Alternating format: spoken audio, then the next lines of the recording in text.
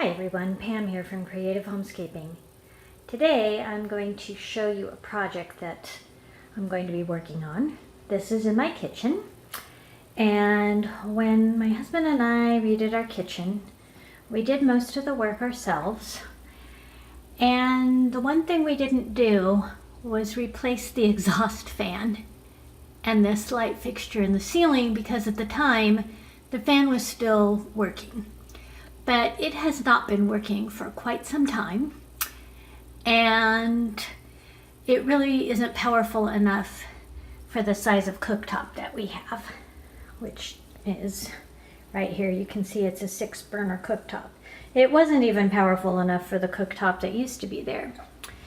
So recently we purchased a new in-ceiling exhaust fan, and so while my husband is on spring break, we are going to be ripping out this ceiling and this light fixture and replacing the old fan, and it's not in there anymore. That's the case surrounding it. We took the actual fan out. We will be putting in a brand new fan. And since that will be quite a task to do, I probably won't film during it because it will be dusty and so forth, but I will take progress photos and show you along the way. So here is the ceiling above my cooktop, which has now been removed to make way for the new range hood. And this is the old vent in this area right here that was connected to the old range hood. And the new range hood that we've gotten is a ductless one. Well, it can be ducted or ductless, but we don't have a lot of room above here, as you can see. So we are going to create a frame in this area for the hood to hang down a little bit and do a ductless installation. And then we will redo the ceiling on either side of the frame, and then the hood will hang down a little bit into this area over the stove, which is right here. So I'll continue to show you some progress video as we go along. And then here you can see the wiring that it was for the recessed light and the fan. Okay, so here's a little progress video mid-project of our new range hood area. You can see we now have the new drywall up. We have a hole cut in the drywall so the wiring can come through, and this only needs one wire because it has one wire that feeds the fan and the light. And then you may be wondering what these blue painter's tape marks are for. That's to show where the cross bracing is in the ceiling, so that when we go to nail in the little cabinetry that we built to support the fan, we will know where to attach the nailer pieces. And we ended up having to go with a different fan than we had originally been planning on using, because the one we originally got for in-ceiling needed to be ducted and it just wouldn't fit in that space. So we got a fan that can be a non-ducted installation, but it has to be attached to the bottom of a cabinet.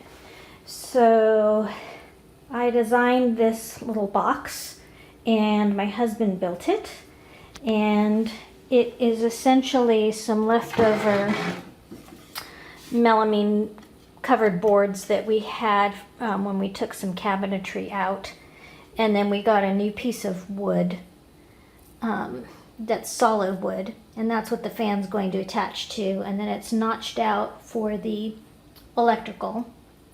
The blue line is the center line, and then these are the brackets that will hold on the fan.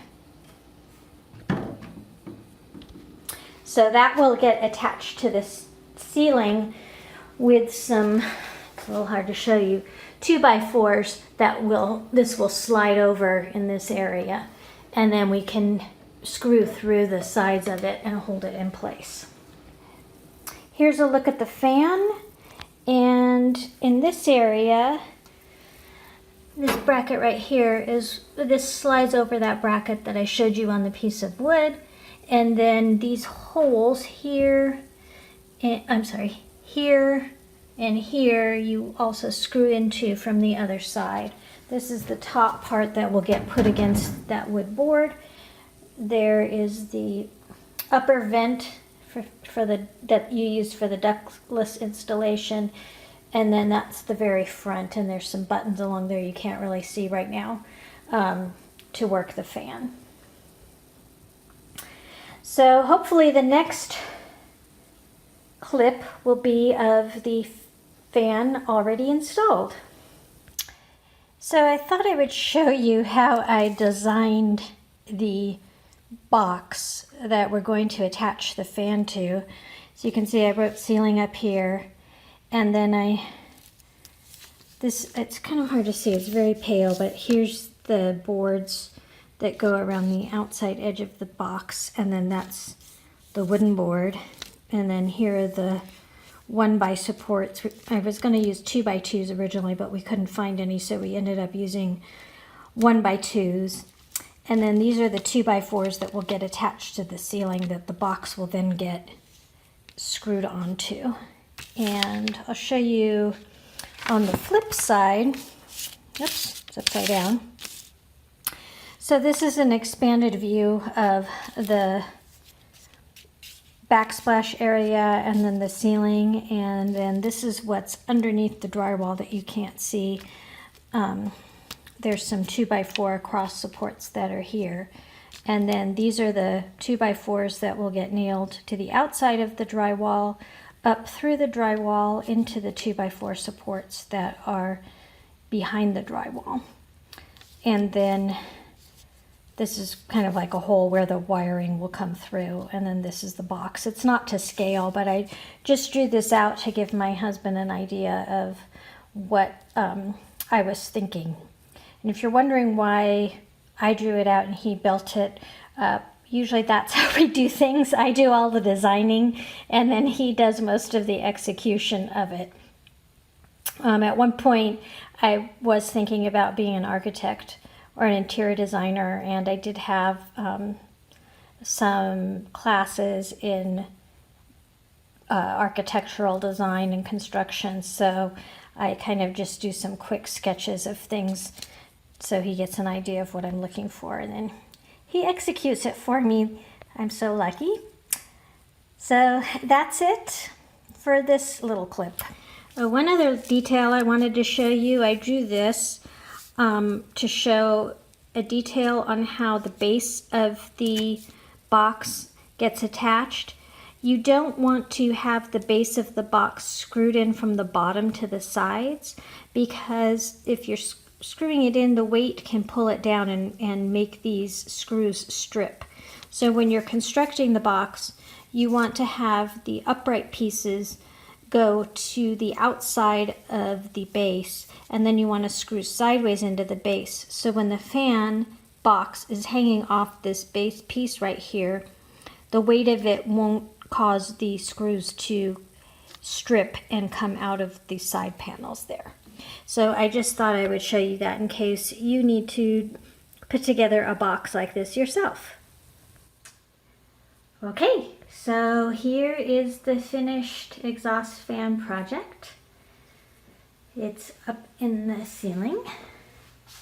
You can see the ceiling has been painted. And then up in this area here is the box that we built, and those screws right there go into the 2x4s that were attached to the ceiling. And then the fan sits here as though it would under a cabinet. And then here's the other side. And then the controls are up in this area here. It's a little hard for me to see because I have this archway here, right here with the brick, so you can reach your hand up in this area to push the buttons.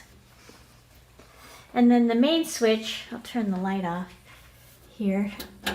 The main switch, the main on-off switch is over here under the cabinet, right here. So that turns power off to the fan, and that turns it on so you can put the lights or fan on, and then this switch over here, it's just my under cabinet lights. So it's all done. I'm very happy, and we now have a fan again, which we haven't had in a few years actually. Thank you for joining me today. If you like this video, please give me a thumbs up. And if you're new to my channel and like to see DIYs, home decorating, hauls, that sort of thing, please consider subscribing to my channel by clicking the link below and pressing the notification bell so you'll be notified every time I post a new video. I do upload a few times a week. Thanks again for joining me, and I look forward to seeing you next time. Bye!